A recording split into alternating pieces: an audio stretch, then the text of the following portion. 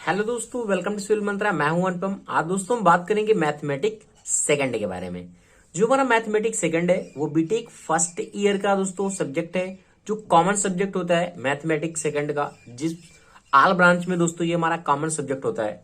ये हमारा दोस्तों यूनिक सीरीज है। आप यूनिक सीरीज के नाम से सर्च करेंगे मैथमेटिक्स सेकंड का तो आपको ये लेक्चर देखने को मिल जाएगा। तो यहाँ दोस्तों हम बात कर रहे हैं यूनिट 1 का पार्ट 2, यानी इसके पहले यूनिट 1 का पार्ट 1 ऑलरेडी मैंने डिस्कस किया हुआ है। अगर आपने वो वीडियो नहीं देखा है बेसिक से तो आप पहले उससे जाके देख लें। यहाँ पे यूनिट 1 हमारा जो है दोस्तों है डिफरेंशियल इक्वेशन। यहाँ पे यूनिट 1 का पार्ट 2 में डिफरेंशियल इक्वेशन में हम बात करेंगे। पहला बात करेंगे कि second order linear differential equation with variable coefficient, यानी इस तरीके से अगर हमारा डिफरेंशियल इक्वेशन आता है तो किस तरीके से सॉल्व करेंगे, वो सेकेंड ऑर्डर का होगा लीनियर डिफरेंशियल इक्वेशन। पहले उसके बारे में बात करेंगे। सेकंड हम बात करेंगे कि लेजेंड्रे रूल क्या होता है, जो second order linear differential equation को सॉल्व करने में काफी हेल्प करता है। थर्ड हम दोस्तों बात करेंगे solution by changing independent variable, यानी जब आपको डिफरेंशियल इक्वेशन का क्वेश्चन पूछा जाएगा तो उसमें ऑलरेडी कहेगा क्वेश्चन में कि आप सॉल्व करो डिफरेंशियल इक्वेशन को चेंजिंग इंडिपेंडेंट वेरिएबल रूल से। हम फोर्थ बात करेंगे कि solving the differential equation by converting into normal form. Differential equation हमारी गिवन होगी और उसे कहेगा कि सॉल्व करो नॉर्मल फॉर्म से। ठीक है, तो ये सारे डिफरेंशियल इक्वेशन के दोस्तों टॉपिक है जो बहुत ही एग्जाम पॉइंट ऑफ व्यू से आपके अक्सर एग्जाम में पूछे जाते हैं। तो आइए दोस्तों, अगर आपने वीडियो को अभी तक लाइक शेयर नहीं किया दोस्तों तो जरूर कर लें। आइए हम स्टार्ट करते हैं। हम बात करेंगे second order linear differential equation के बारे में। अगर हमारा इस तरीके से हमारा क्वेश्चन गिवन है कि ये हमारा क्या इक्वेशन गिवन है, उसको क्या करना है, हम डिफरेंशिएट करना है यानी सॉल्व करना है, जो हमारा क्या सेकेंड ऑर्डर का है। ठीक है, एक ये हमारा क्या लीनियर डिफरेंशियल इक्वेशन है। इसको सॉल्व करने से पहले, बताने से पहले एक मैं रूल आपको बता देता हूं ताकि इस इक्वेशन को सॉल्व करने में बिल्कुल इजी हो, जिसे हम कहते हैं, एक हमारा रूल है जिसे हम कहते हैं लीजेंड्रेस रूल। क्या होता है ये आपको जानना बहुत ही जरूरी है। अगर आप ये ध्यान से समझ जाएंगे तो इस तरीके की प्रॉब्लम जो आएगी लीनियर डिफरेंशियल से रिलेटेड आप इजिली सॉल्व कर सकते हैं। तो जो हमारा लीजेंड्रे रूल कहता क्या है कि अगर हमारी कोई इक्वेशन ax प्लस बी की पावर n, ध्यान दीजिएगा ax प्लस बी की पावर n, और ये dn y upon D x की पावर n है, प्लस अल्फा 1 में इसे ले लेता हूं, और ये हमारा क्या है ax प्लस बी की पावर n माइनस 1, और जो इसका डिफरेंशिएशन होगा जस्ट इस पावर के रिलेटेड होगा dn माइनस 1 y और dxn माइनस 1। ठीक है, अगर हमारा इस तरीके से कोई इक्वेशन गिवन है इस फॉर्म में तो वो हमारा जो इक्वेशन सॉल्व होगा लीनियर डिफरेंशियल का वो होगा लीजेंड्रे रूल से। अब देखो जैसा का ये वाला इक्वेशन इससे कंपेयर करो, देखो 3x प्लस 2 होल स्क्वायर था और डिफरेंशिएट था 2 बार, फिर एक पावर थी, एक बार डिफरेंशिएट था। देखो सेम इक्वेशन ऐसी ही बन रही है ना ये, यानी ये रूल इसलिए मैं पहले आपको बता दे रहा हूं, ये रूल हो गया। अब इसके बाद जब इस तरीके से प्रॉब्लम आएगी तो जो हमारा ये वाला पार्ट रहेगा ax प्लस बी को, इसको हम क्या मानेंगे ax plus b equal e की पावर t। जब e की पावर t मानेंगे इसको हम क्या कर सकते हैं, e की पावर t को log में कन्वर्ट कर सकते हैं, यानी log इक्वल टू क्या हो जाएगा ax प्लस बी की पावर t। ओके, अरे सॉरी a इक्वल टी। ठीक है, क्योंकि log में हो गया e की पावर t है, log में कन्वर्ट किया, इसको हम इस तरीके से लिख सकते हैं। ठीक है, यहां तक आपने समझ लिया। तो एक और जानना जरूरी बात है इसमें कि अगर जो हमारा ax प्लस बी है ये वाला dy अपॉन dx, तो इसको हम क्या लिख सकते हैं, a dy लिख सकते हैं। ठीक है, एक बार डिफरेंशिएट है तो सपोज दैट अगर हमारा गिवन है ax प्लस बी का होल स्क्वायर है, यानी d2y upon dx2 double dot differentiate है तो इसको हम क्या लिखेंगे a स्क्वायर डी और d माइनस 1 y। ये आपको याद रखना बहुत ही जरूरी है। सेकेंड क्या है, अगर हमारा 3 बार हो इस तरीके से, 3 बार यानी डिफरेंशिएट हो dx क्यूब, तो इसको हम क्या लिख सकते हैं, ए क्यूब डी, एक बार डिफरेंशिएट, फिर डी माइनस 1 और डी माइनस 2, और ये हमारा हो गया y। तो ये हमारा जो रूल है पूरा, ये हमारा कहलाता है लीजेंड्रे रूल। ठीक है, अब इसको मैंने बता दिया है ना। अब ये प्रॉब्लम देखो आप बिल्कुल इजी तरीके से सॉल्व कर सकते हैं। कैसे, देखते हैं एक एक स्टेप। इस प्रॉब्लम को मैं फिर से यहां लिख देता हूं एक बार। क्या हमारा क्वेश्चन गिवन था, गिवन था हमारा 3x प्लस 2 का whole square d2y and dx2 minus 3x plus 2, और क्या था यहां पे dy upon dx minus 12y equal 6x, ये हमारा गिवन था। अब देखो ये जो मैंने आपको बताया था रूल, इससे कंपेयर करो, सेम इसी तरीके से आ रही है ना। यानी हम इसको क्या लिख सकते हैं, अब ये 3x प्लस 2 का हमारा जो गिवन है, इसको हम क्या लिख सकते हैं, इसको हम लिख सकते हैं कि इसको हम पुट कर सकते हैं। क्या पुट कर सकते हैं, 3x प्लस 2 e की पावर z या e की पावर 2, आप कुछ भी पुट कर सकते हैं। यानी 3x प्लस 2 की पावर e की पावर z पुट करते हैं हम इस तरीके से टर्म को। तो यहां पे भी इसको लॉग के टर्म में क्या लिखेंगे, 3x प्लस 2 और z। ठीक है, इतनी बात आपको समझ में आ गई होगी। अब मैंने बताया था जो डबल बार डिफरेंशिएट होता है उसको हम क्या लिखते हैं, इस तरीके से। ए एक्स प्लस बी का होल स्क्वायर है, d2y अपन dx2 है, तो हम क्या लिखते हैं, ए स्क्वायर डी और d माइनस 1 इंटू वाई। ठीक है, तो इसको भी देखो क्या क्या गिवन है, 3x प्लस 2 का होल स्क्वायर, जो हमारा कांस्टेंट टर्म होता है उसका क्या स्क्वायर होता है, यानी यहां पे 3 का स्क्वायर होगा।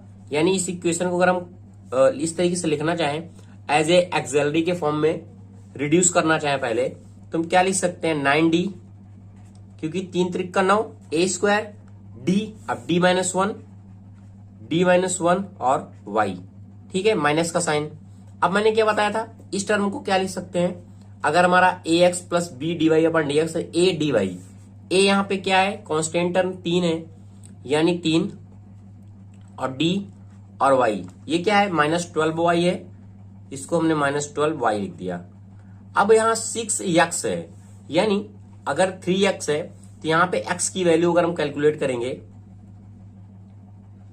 यहां से अगर x की वैल्यू निकालें तो क्या हो जाएगा, देखो x के लिए यहां पे x की वैल्यू देखो, x इक्वल टू क्या हो जाएगा, e की पावर z माइनस 2 अपान 3, ये हो जाएगा, और ये कट जाएगा यानी 2 हो जाएगा, यानी 2 e की पावर z माइनस 2। इस तरीके से हम क्या कर सकते हैं, लीजेंड्रे की हेल्प से इस तरीके से इक्वेशन को हम ऐसे इजीली लिख सकते हैं। अब क्या इसको सॉल्व करना हमारा बिल्कुल इजी हो गया।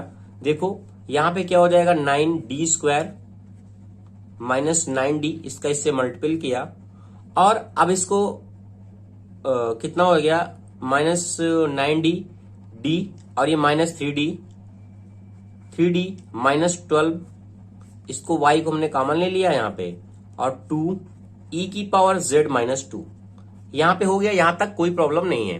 अब हम क्या करते हैं, यानी हमारी सिंपल इक्वेशन बन गई है, जिस तरीके से हम क्या करते हैं पहले सॉल्व करते थे। अब हमें निकालना क्या होता है, एक्सेलरी इक्वेशन को निकालना होता है, एक्सेलरी इक्वेशन को, ए को। तो एक्सेलरी इक्वेशन को क्या करते हैं, हम m के टर्म में चेंज करते हैं, तो 9m स्क्वायर माइनस 9m, अब minus 3m minus 12 equal to 0। अब यहां देखो क्या करना है, सेम है, यानी हम यहां से कॉमन ले सकते हैं। ठीक है, क्योंकि ये देखो क्या सॉल्व करेंगे तो हमारी क्या होगी, वैल्यू क्या आ जाएगी, m, तो ये क्या हो जाएगा, 9m स्क्वायर माइनस 12m और माइनस 12 इक्वल टू 0। अब क्या करो, इसको इससे मल्टीपल करो, इसके फैक्टर बनाओगे, तो जो फैक्टर हमारा निकल के आएगा वो m माइनस 2 और हमारा निकलेगा m plus 2 upon 3, okay, equal to 0। यानी जो m का वैल्यू है वो हमारा क्या हुआ, 2 आया और माइनस 2 अपान 3 आया। जब वैल्यू हमारी इस तरीके से आती है तो जो हमारा कंप्लीमेंट्री फंक्शन बनता है, क्या कंप्लीमेंट्री फंक्शन, उसके रूल ऑलरेडी हमने कई बार डिस्कस किए हैं कि अब कंप्लीमेंट्री के क्या रूल है, किस तरीके से हम सॉल्व करते हैं। अगर आपने वो वीडियो नहीं देखा दोस्तों तो जरूर देख लें। हमारा जो कंप्लीमेंट्री फंक्शन बनेगा वो बिल्कुल इजी है। कंप्लीमेंट्री फंक्शन हमारा क्या होगा, C1 e की पावर 2 है, यहाँ पे 2z हो जाएगा, प्लस C2 है, e की पावर क्या हो जाएगा, माइनस है 2z, यानी 2/3z। यानी ये हमारा क्या है, कंप्लीमेंट्री फंक्शन यहां से हमारा निकल गया।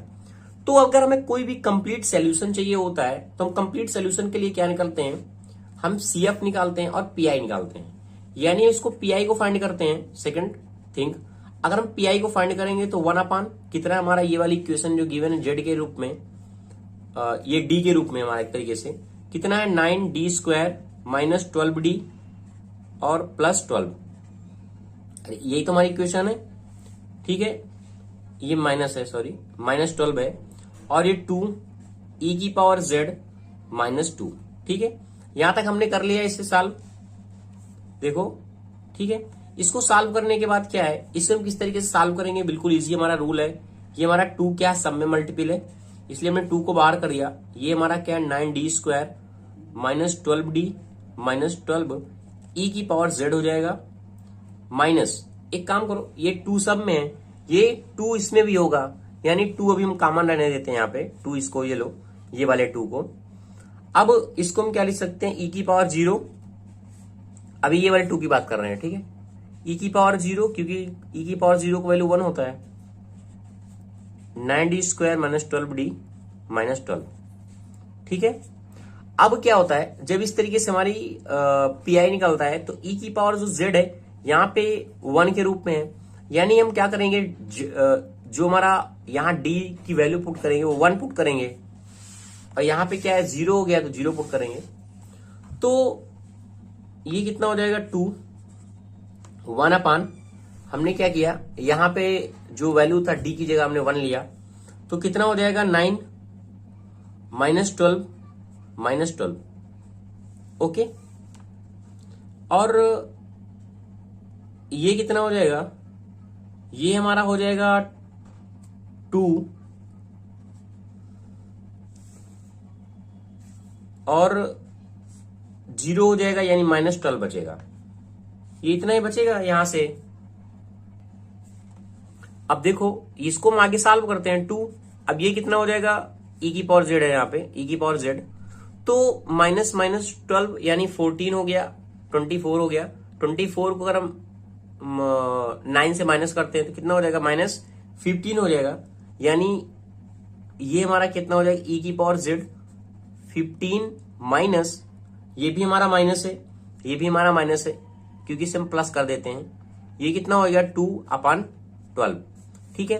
अब ये 2 हमारा क्या सम में है, तो माइनस 2 e की पावर z अपन 15, और ये कितना 4 हो जाएगा, अब 4 हो जाएगा तो 1/3 हो जाएगा, यानी 4 3 12 हो जाएगा, यानी हमारा जो PI है वो भी हमारा इजिली यहां से हमें फाइंड हो गया। अब हम देखेंगे हमें चाहिए क्या, कंप्लीट सोल्यूशन चाहिए होता है। कंप्लीट सोल्यूशन चाहिए कि हमारा क्या होता है, जो हमारे CF निकालते हैं प्लस PI निकालते हैं, उसको हम क्या करते हैं, ऐड करते हैं, यानी CF हो गया और PI हो गया। तो हमने CF को कितना फाइंड किया था, कंप्लीमेंट्री हमारा जो सोल्यूशन था, ये वाली इक्वेशन को, ये यहाँ पे देखो, ये वाला कितना था हमारा, C1 e की power 2z plus C2 e की पावर माइनस 2/3z, यही था, प्लस इसको लिख देते हैं 1/3 माइनस 2/15 e की पावर z, ठीक है। अब हमने माना क्या था, e की पावर z इक्वल टू माना था 3x + 2 माना था, ये वैल्यू तो हमें पुट करना पड़ेगा ना, तो C1 और e की पावर 2z है, यानी e की पावर 2z है, यानी ये हमारा कितना हो जाएगा, 3x + 2 का स्क्वायर हो जाएगा, plus C2 3x + 2 minus 2/3 plus 1/3 minus 2/15 और 3x + 2, यानी इस तरीके की प्रॉब्लम हम इस तरीके से सॉल्व कर सकते हैं।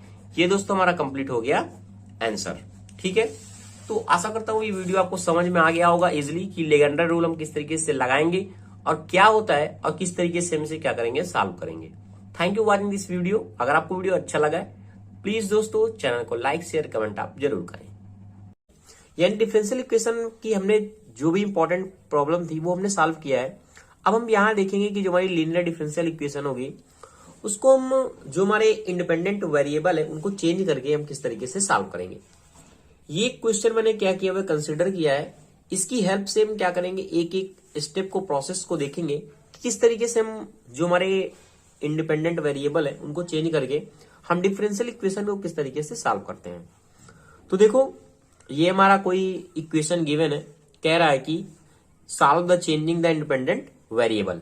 तो हमें करना क्या है, पहला स्टेप में हमें याद रखना है, कुछ स्टेप याद रखने हैं कि हमारे पहले स्टेप में क्या करना है, y ये क्या डिफरेंशिएट को इंडिकेट कर रहा है, डबल p y एक बार डिफरेंशिएट है ये, plus q y equal to are.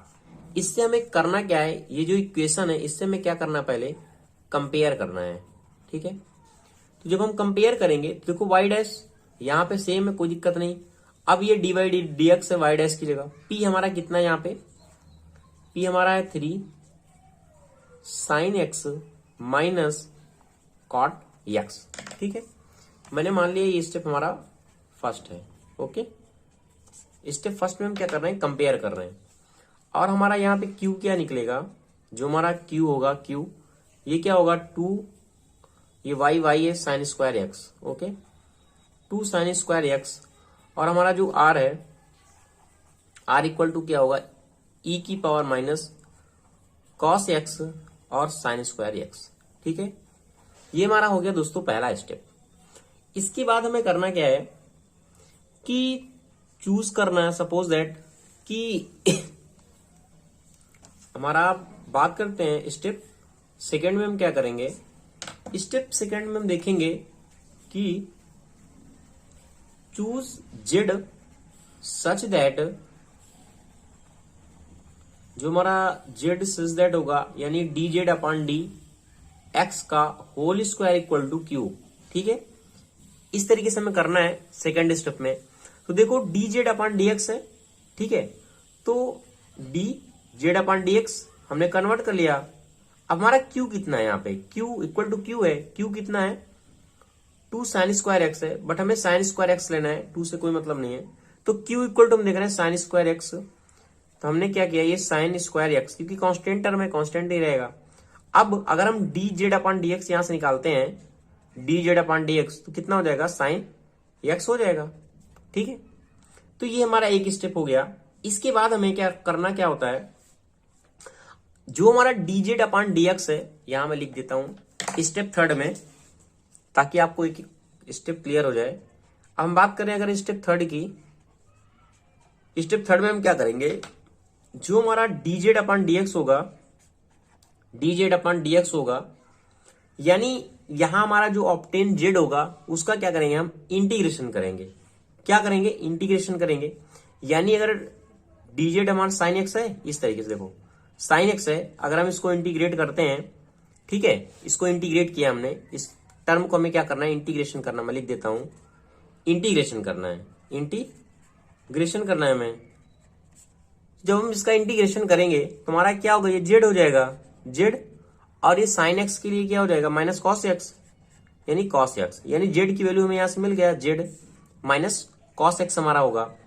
और यहां पे और जो नेक्स्ट हम फाइंड करेंगे, डी जेड 2 और डी एक्स 2, इसका हमें क्या करना है, डिफरेंशिएशन करना है। ठीक है, तो D Z upon D x 2, यानी डी जेड हमारा डी एक्स साइन एक्स हमें मिला है। अगर इसी को हम क्या करेंगे, डिफरेंशिएट करेंगे, इस टर्म को ही, यहां पे हमें इस टर्म के लिए क्या करना है, डिफरेंशिएट करना है, डिफरेंशिएट करना है। तो D Z upon D x, अब ये साइन एक्स के लिए क्या हो जाएगा, कॉस एक्स हो जाएगा। तो ये बात आपको याद रखना है, या बार बार बता रहा हूं, d Z upon D x है तो इंटीग्रेशन करना है, और d two z upon D x 2 चाहिए हमें, तो हमें क्या करना है, उसको डिफरेंशिएट करना है। यानी इस टर्म को हमने क्या किया, एक बार इंटीग्रेट किया, एक बार डिफरेंशिएशन कर दिया। ठीक है, यहां तक कोई प्रॉब्लम नहीं है। अब इसके बाद हमें करना क्या है, स्टेप थर्ड हो गया। अब हम बात कर रहे हैं स्टेप 4 की। स्टेप 4, तो जो हमारा स्टेप 4 होगा वहां पे हमें करना क्या है, एक हम इक्वेशन जो P1, यहां पे हमें स्टेप 4 में क्या करना है, P1 की और Q1 की और R1 की वैल्यू को फाइंड करना है। क्या करना है, वैल्यू को फाइंड करना है। अब P1 बराबर हमारा क्या होता है, P1 हमारा बराबर होता है d2z dx2 plus P dz upon dx upon dz upon dx का होल स्क्वायर। ठीक है, ये आपको याद रखना है। अब ये जो हम कर रहे हैं ये क्या है, इंडिपेंडेंट वेरिएबल के लिए आपको क्वेश्चन में गिवन होगा, कोई क्वेश्चन गिवन होगी और कहेगा solve the changing the independent variable. ठीक है, तो यहां से हम क्या करेंगे, P1 को फाइंड करेंगे। P1 के लिए तो देखो ये डबल वाला हमने फाइंड किया, कितना है cos x है, ये हमारा क्या हो गया cos x हो गया, प्लस P हमारा कितना है, P यहां पे है 3 sin x minus cot x। अब यहां पे dz अपॉन dx कितना है, sin x है, ये हमारा हो गया sin x अपॉन, अब dz अपॉन dx का होल स्क्वायर कितना हो जाएगा, sin स्क्वायर x, तो ये हो गया sin स्क्वायर x। ठीक है, अब क्या करेंगे, हम इसे सॉल्व करेंगे। देखो सॉल्व करेंगे तो क्या हो जाएगा हमारा cos x इसका इससे मल्टीपल होगा यानी 3 sin स्क्वायर x हो जाएगा, और ये क्या होगा minus cot x into sine x, यही तो होगा, और ये हमारा हो गया sin स्क्वायर x।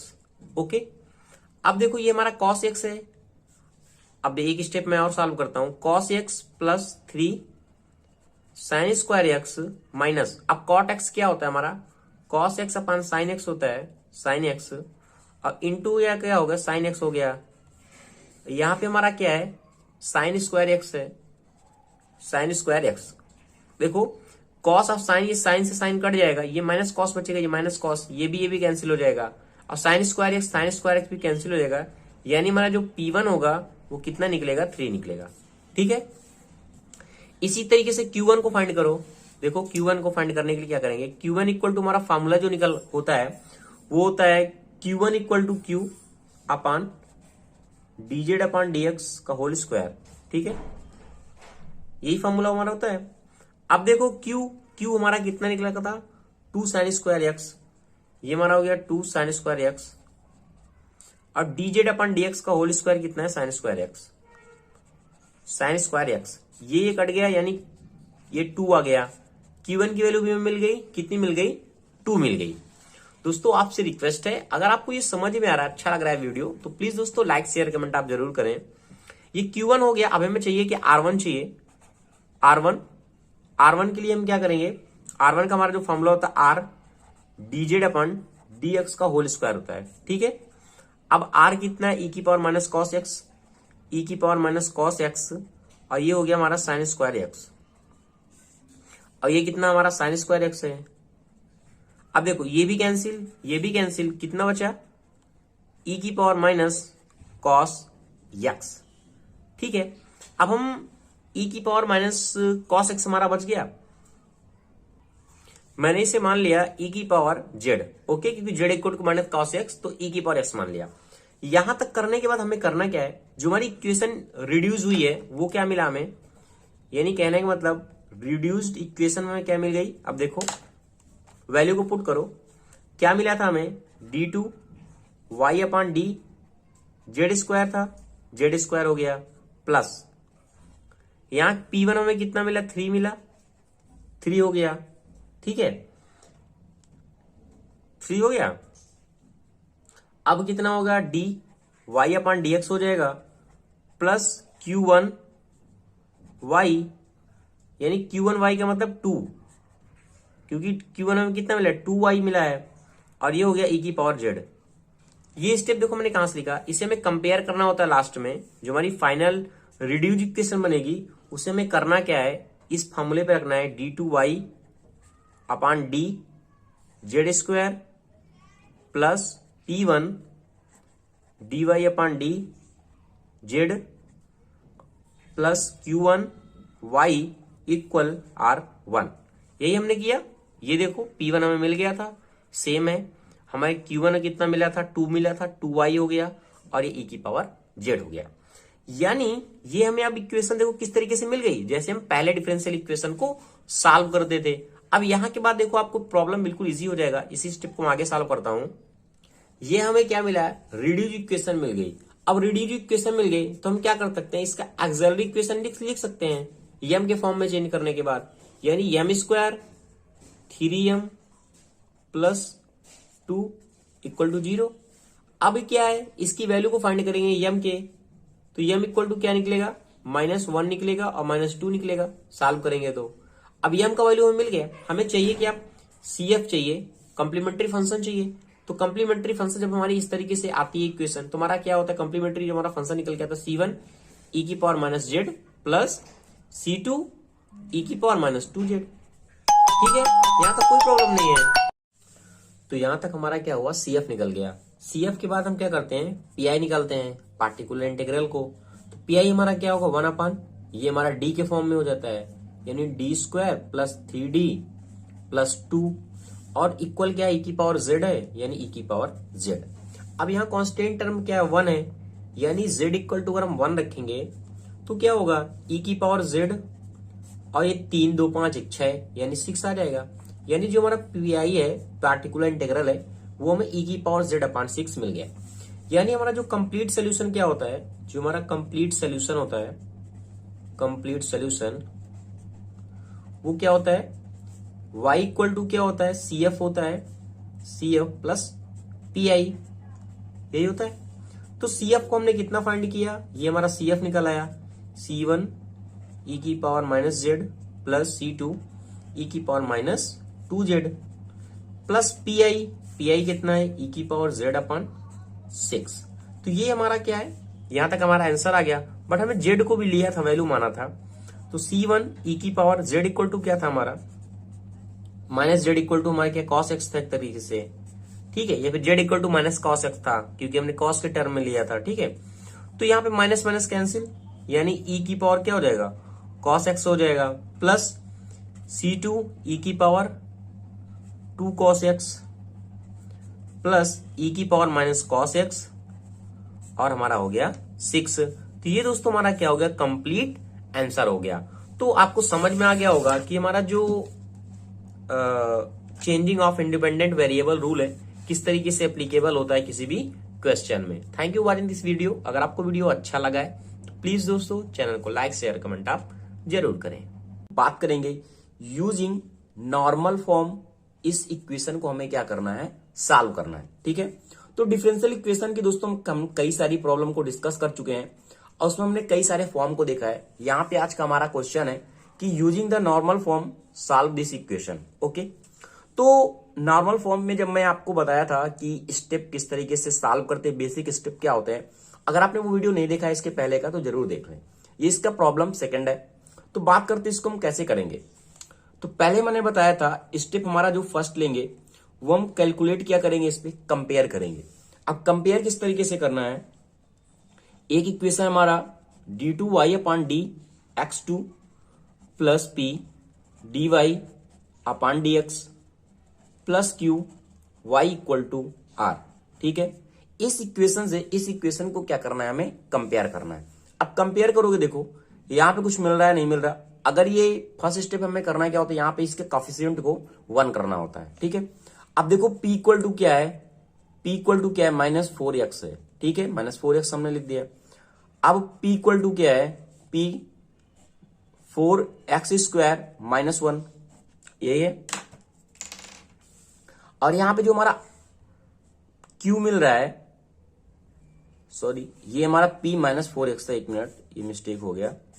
देखो यहां पे p क्या है, -4x है, p क्या था, -4x था। अब यहां p के बाद हमारा q जो आ रहा है, q वो क्या है, 4x² -1 है, 4x² -1 और हमारा जो r है वो कितना है, माइनस, तो 3e की पावर x² है और ये हमारा क्या है, sin 2x है। ठीक है, पहला स्टेप हमने कर दिया, क्या किया, कंपेयर कर दिया इस इक्वेशन से इस इक्वेशन को। अब कंपेयर करने के बाद हमें करना क्या है, लेट करना है। लेट करना है जो हमारा y है, u और v है। ठीक है, अब ये किस लिए है अभी देखेंगे, क्योंकि हमारा जो कंप्लीट सोल्यूशन निकलता है वो इसी के फॉर्म में निकलेगा, यानी जो हमारा कंप्लीट सोल्यूशन होगा। ठीक है, इसलिए हम इसको ऐसे लेट करते हैं, y equal to u into v, this is complete solution. यानी हमें u मिल जाए और v मिल जाए तो हमारा y हमारा कंप्लीट सोल्यूशन हो जाएगा। तो अब u को फाइंड करने के लिए हमें करते क्या है, u को फाइंड करने के लिए जो हमारा स्टेप होगा सेकंड होता क्या है, u को फाइंड करने के लिए e की पावर -1/2, ये फॉर्मूला है p dx, ठीक है। अब ये u इक्वल टू है e की पावर -1/2 है। अब इंटीग्रेशन है, p कितना आया हुआ -4x आया हुआ है, तो लो रख दिया -4x, और ये हमारा क्या dx है, ठीक है। अब ये 4 बाहर जाएगा, कितना आएगा 1/2 आ जाएगा।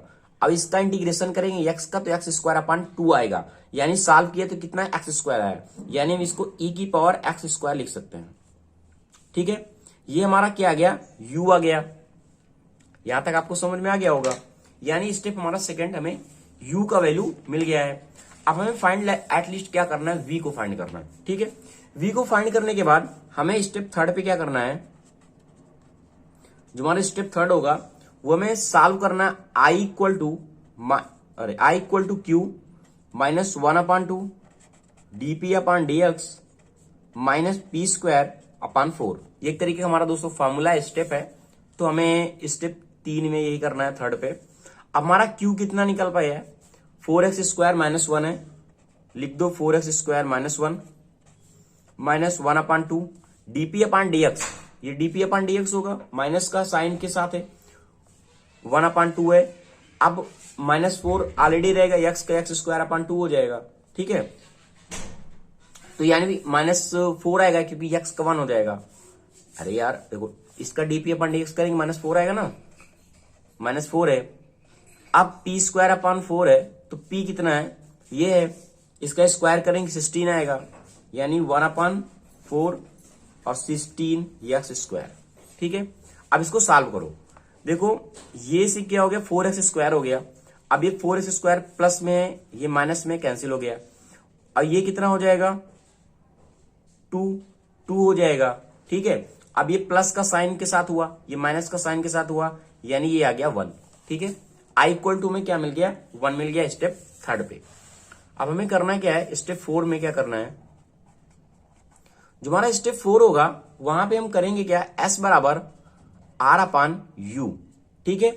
अब r हमें कितना है, r हमारा ये निकला हुआ है जब हम कंपेयर किए थे, -3 e⁻x² sin 2x, ठीक है।